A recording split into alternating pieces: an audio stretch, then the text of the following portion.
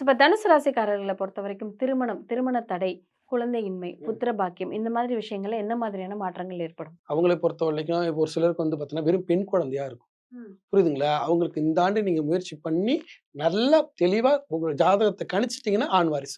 அப்படி இல்லன்னா, அது திருப்பி பெண் வாரிசா இருந்து மனச கஷ்டப்படுத்தும். ம். ஒரு சிலருக்கு வெறும் ஆண் வாரிசா இருக்கும். இப்ப பெண் வாரிசுக்கு ஆசைப்படுவீங்க.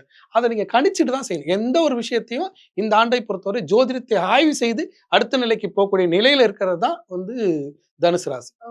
அதே மாரி வந்து பார்த்தீங்கன்னா, அந்த ராகு கேது பெயர்ச்சி குடுக்கும். அது ஆனா அது வந்து நவம்பர் ஆயிடும். டிசம்பர் அதாவது 2026 நவம்பருக்கு மேல தான் அந்த ராகு கேது பெயர்ச்சி. அப்ப அந்த ராகு கேது பெயர்ச்சி தனக்காரனா வரும்போது மிகப்பெரிய பணவரவு, அதே மாரி தொழில் வாய்ப்பு, வெளியூர் பயணம், வேலை வாய்ப்பு இதெல்லாம் குடுக்கும். அப்ப இந்த 10 மாத காலமும் நீங்க நெறைய திட்டமிடணும். நெறைய விஷயங்கள யோசிச்சு செய்யணும். இடமாற்றம் கை குடுக்குமா? இல்ல 10 மாத காலம் அமைதியா இருந்து அடுத்து சாதிக்கலாமா? அடுத்த ராகு கேது பெயர்ச்சி வரும் வரை நிதானத்தை கடைபிடித்து மற்றவர்களை அனுசரித்து செல்லக்கூடிய சூழல்ல இருந்து நல்லது நடந்தா நல்லது பக்கம் போங்க. கெட்டது நடந்தா அத மாத்த பாருங்க. அப்படி பண்ணக்கூடிய நேரத்துல இப்ப தனுசு ராசிக்காரங்க இருக்காங்க.